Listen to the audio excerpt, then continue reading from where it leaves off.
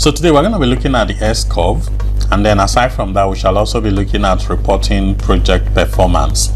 So don't forget, in the last lesson we took a look at our analysis, which is our monitoring and controlling, where we talked about our end value management. So today we're going to be taking a totally different dimension by taking a look at the S-curve and then also being able to report our project performance. If you're taking a look at the Primavera P6, this is the last schedule that we created, and then don't forget we have also been doing updates in the last lesson where we did updates to be able to determine the status of our project and then also the progress of our project as at today. So talking about the S-curve is also another way of interpreting the status of our project by helping us to take a look at the end value, the actual cost, and then also what we refer to as the planned value of our project. Okay, so talking about the S-curve basically is also another way we can analyze the status of our project to be able to determine exactly where we are. So if you take a look at your project curve, notice that we talked about the planned value. We also talked about the end value as well as the actual cost. So these were some of the indices we discussed in the previous lessons.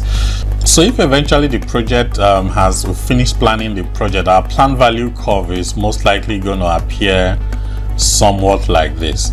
So the reason why it's called an S-shaped curve, or rather why it's called an S-curve, is that it usually looks like an S.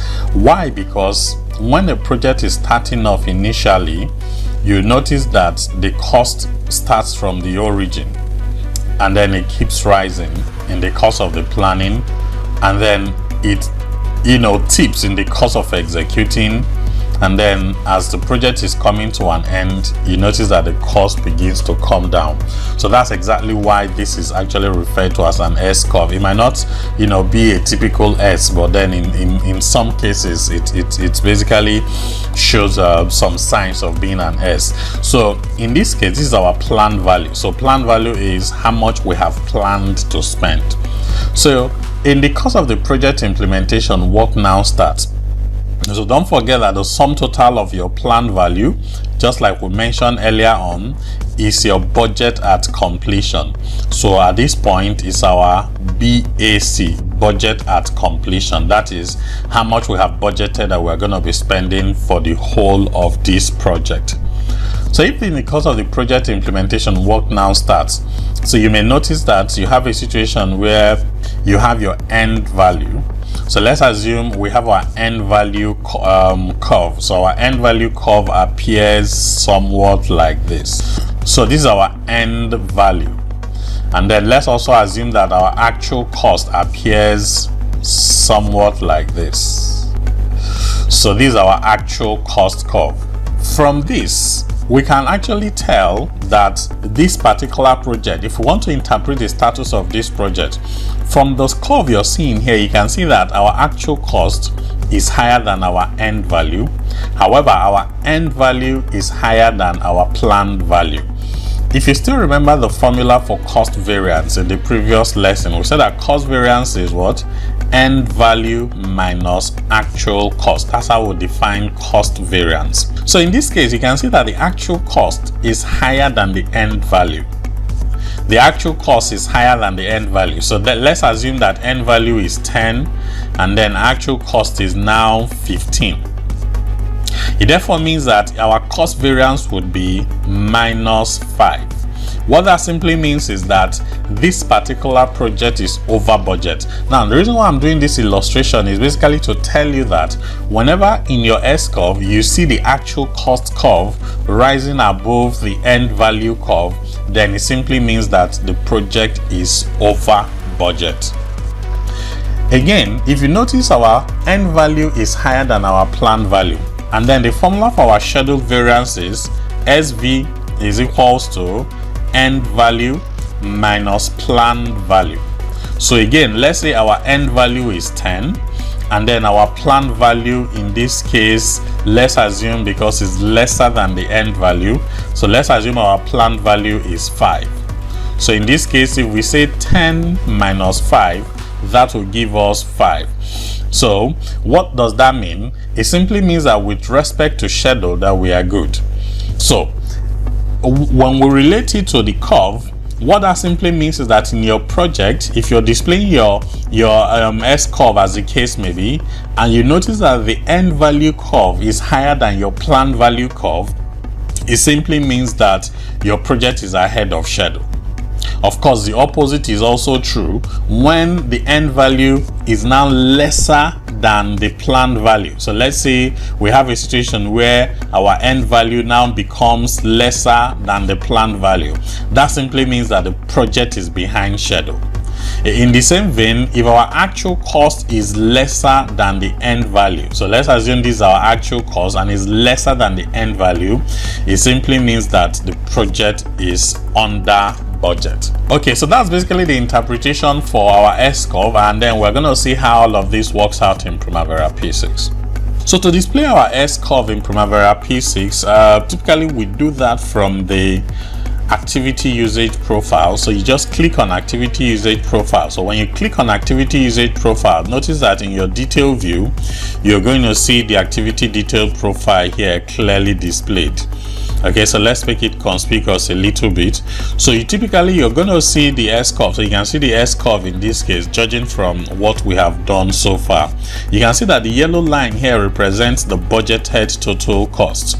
That is how much we have planned to spend, and then the green line here, the green curve here, shows the actual total. That is how much has been spent. That's exactly what this green line here is showing. And then of course the blue curve is now showing us the remaining total. So you can see this is how much was budgeted for this project. This is how much has been spent so far for this project based on what we have reported, and then this is the amount that is remaining for us to spend. That's exactly what this is actually showing us. However, if you notice that we have a blue line here, so the essence of this blue line is to tell us where we are with regards to this project as at today. So you can see, if we take a look at this blue line, let me expand this so it's a bit more conspicuous. So if you take a look at this status, so this is exactly where we are as at today with regards to this project. So you can if you take a look at it, you see that our budgeted cost is the yellow line. So you can see that the yellow line as at today is a bit lower than the green line, which is the actual total. Actual total is basically how much was spent so far. So you can see as at today is looking like, you know, the green line is actually higher than the yellow line, which simply means that we are spending more than how much has been budgeted to have been spent as at today. And then you can see our remaining total. Our remaining total is the line you're seeing below as the project progresses. So that's exactly what you're seeing. So you can see that as the project progresses, the remaining total, you know, flattens out, showing you that, okay, as at this date, you have actually exhausted the money that was budgeted for the purpose of that particular project, and that's exactly why you're seeing it, you know, in this particular format. Now we can also decide to display some other indices like our end value, just like I've illustrated in the other just like I've illustrated earlier on. So you simply right click, then click on activity usage profile options. So when you click on activity usage profile options, all you simply need to do is you display your planned cost, your end value cost, and then you may also want to display your estimate at completion cost. Okay, so that's our planned cost as well as our end value cost. And then there are some other things that we may not want to display. So I want to remove this curve, and then I also want to remove this other curve so that we would not have so many curves within our activity usage profile. So I've unchecked the budgeted, I've also unchecked the remaining. So what I now have is my actual, and then I have my planned value cost as well as my end value cost and my estimate at completion. So I click on OK. All right, so once I do that, you notice that the curve changes. So in this case, you notice that the pink curve is your estimate at completion. If you notice in the last lesson, we said estimate at completion is how much we are budgeting that based on the way cost is going, how much, you know, we are forecasting that the project would cost. So that's exactly what you're seeing as your estimate estimate at completion cost. So you can see from the illustration we've seen so far, if cost continues this way, you can see our EAC, estimate at completion, is rising way higher. And then you notice our planned value, that's how much we've planned to spend. That's the line you're seeing here. So you can see our planned value is what you're seeing here. And then notice that we also have our actual cost. Actual cost is how much we've spent so far. That's the green line that you're seeing here. And then you also notice that we have our end value. So end value is the value that we have gotten based on the work that has been done so far. And that's exactly this orange line, that orange curve that you're seeing beneath. So from this analysis, I can reasonably tell that my total cost is higher than my end value. In other words, my actual cost, actual total cost, is actually higher than my end value. So if you go back to the last illustration I made, I told you if your actual cost in this case is higher than your end value, it simply means that your project is over budget. So it simply means that for this particular project, actual cost is higher than end value. That means it is over budget. Again, notice that our planned value is also higher than our end value. The planned value is higher than the end value. So judging from our analysis, if planned value is higher, if this planned value is higher than this end value, it simply means that the project is behind schedule, just like we have illustrated earlier on. So that's exactly what you see happening here. So in essence, from our S-curve, I can also interpret the status of this project to the effect that this particular project is not just over budget, but is also behind schedule. And that's also the interpretation we have on our table, that the project is over budget and behind schedule from our cost variance, schedule variance, or from our cost performance index, as well as our schedule performance index. Once we've been able to make such interpretation, another very important aspect of our lesson is now the tracking part. So let's take a look at tracking. So if I click on tracking in the directory, it takes me to the tracking window. So you can see we're in the tracking window as at the moment. And at this moment, you can see what we're tracking is the work package 1.1, which is design. So in this work package 1.1, which is design, that is exactly what is clicked in this place. You can see it gives us an analysis. It gives us a key here to be able to understand this analysis. While the BL is our baseline project labor, the blue line is our actual labor, while the green line is the remaining labor.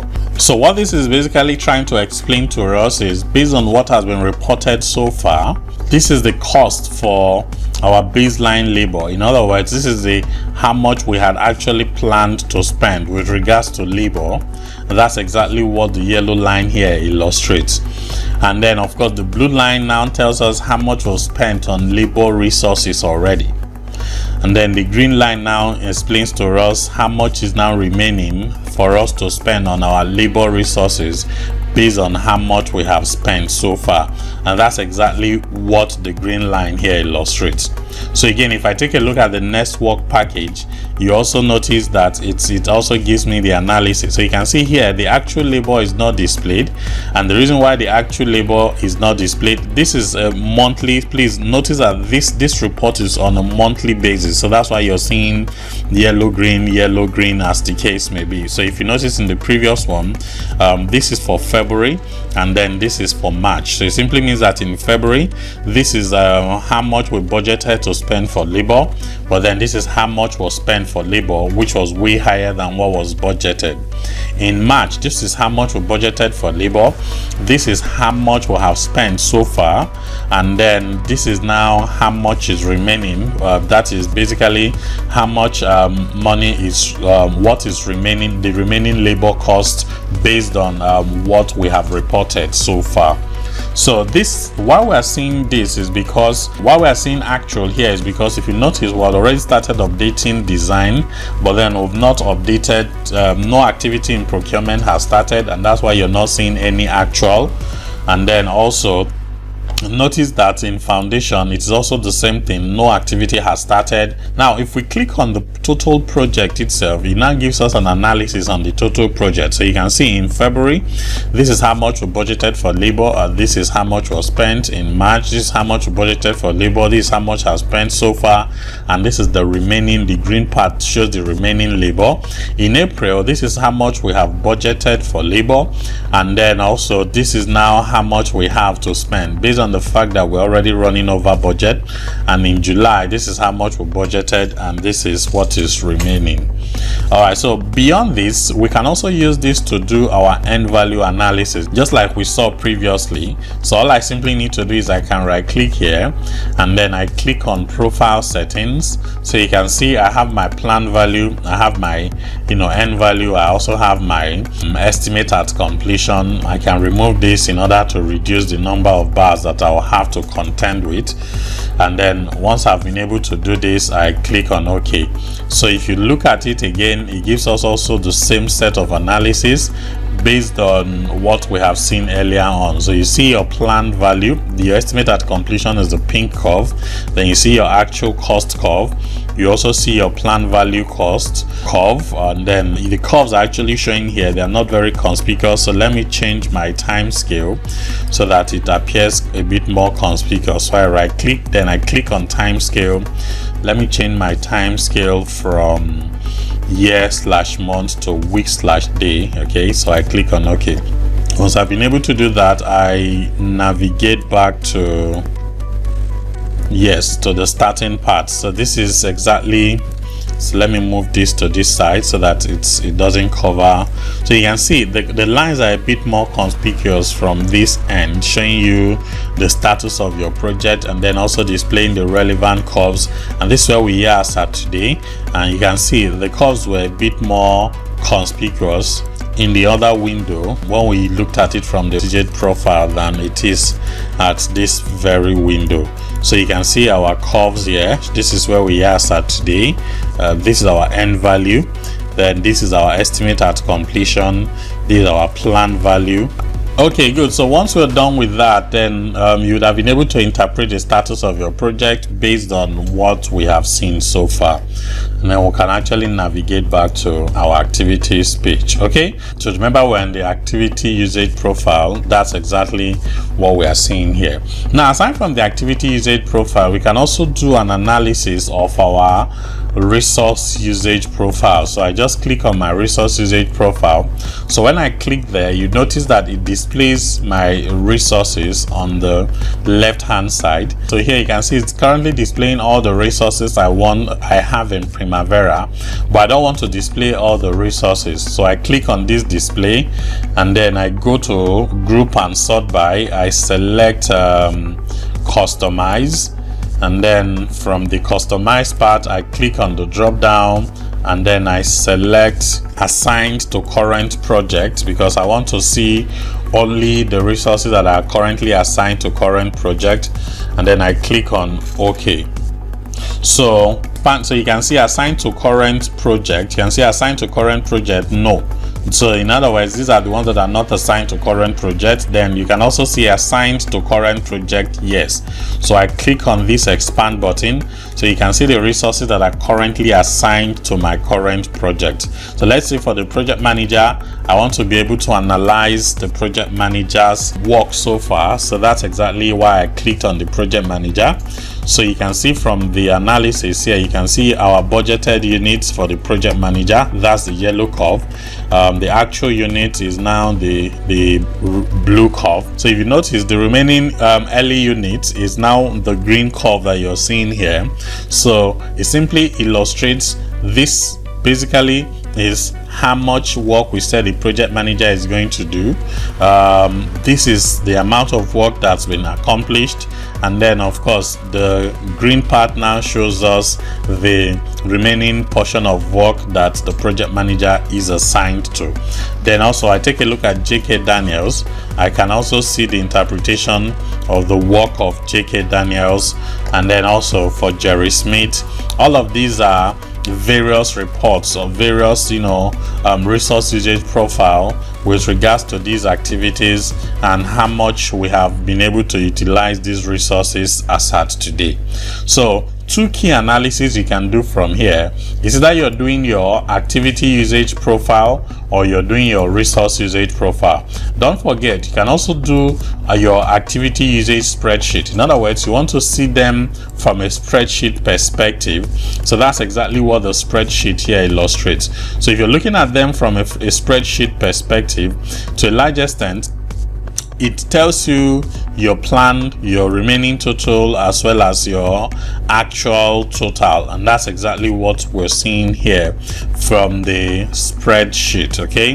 Okay, so if you do not want to use this set of reporting, so Primavera actually gives us other reporting mechanisms that we can actually use.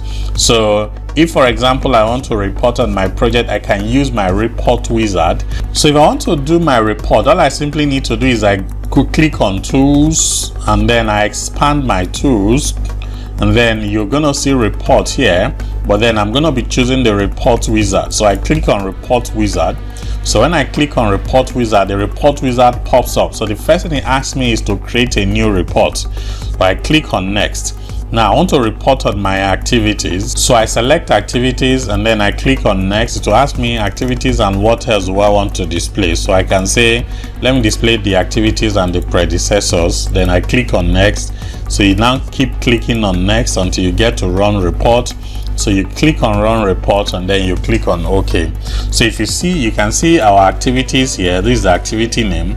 You can see the activity status, not started, though that has been completed, and then the activity that is currently in progress, and you can see the predecessor activities on the left hand side. So that's exactly what this report has shown me. Okay, now aside from that, I can actually do the reporting from the report page of my Primavera P6. So I simply go to reports and click on it. So once you click on report, it will open up the report page for you. So you can see by default there are already a whole lot of reports. There is arguably no report that your management or anybody may ask of that is not already captured by Primavera. So you can see there's activity end value. So if I double click on this activity end value, so if I click on this activity end value, I can right click on it, and then I go to run report, and then I click on report, and then click on preview. So you can see it gives me the report almost immediately based on my activity end value. So here you can see my activities, the status of those activities. So you can see the BCWS. Let me zoom in on it. So the BCWS is our budgeted cost of work scheduled. Budgeted cost of work scheduled. So interpret the BCWS as your planned value. So that's exactly what you're seeing here, how much we plan to spend for each of these activities here. And then you can see the BCWP. So you can see our BCWP is budgeted cost for work performed. Budgeted cost for work performed. So here, interpret this as your end value. That's your EV. So you can see our end value in this case, and then you can see the ACWP. That's the actual cost for work performed. Actual cost for work performed. So in essence, interpret this as the actual cost, which is how much has been spent so far. So in essence, if we take a look at all the activities that we have in the design work package, if we put it all together, this is how much was budgeted for all the activities under the design. This is the value that we have gotten so far. That's the end value. And then this is how much has been spent. This is the value of work that has been done so far, and then this is the amount of money that has been spent. So you can see from this illustration that our actual cost outweighs our end value, which clearly tells us that this particular project is over budget. There are also some other costs you may also want to see. For example, I can see my activity status report here. So I simply again right click, go to run, and then I click on report and click on OK. So it will show me all my activities, then show me the status of all of these activities, which is exactly what we are seeing here. So I'm zooming in on this so it's a bit more conspicuous. So you can see all my activities here. You can see the duration for those activities. Now you can actually see the duration based on the report that has been done so far. You can also see the percentage complete for these activities, as well as the resources assigned to these activities. So that's exactly what this status is showing us, basically how far we have gone with regards to this project. So it now depends on exactly which report you want to create. Otherwise, any report at all you want to create, all you simply need to do is, like I mentioned earlier on, you simply right click on the report, then you go to run report, and then you click on report, and then leave it at print preview, and then click on OK, and then you will see your report immediately. All right, so once you're done with this, we can actually retract. So you can close this window, and then we navigate back to our activities page. So this is basically how to do your S-curve, and then also how to report within your Primavera P6. I hope this particular lesson has been very informative for you. I want to thank you for listening.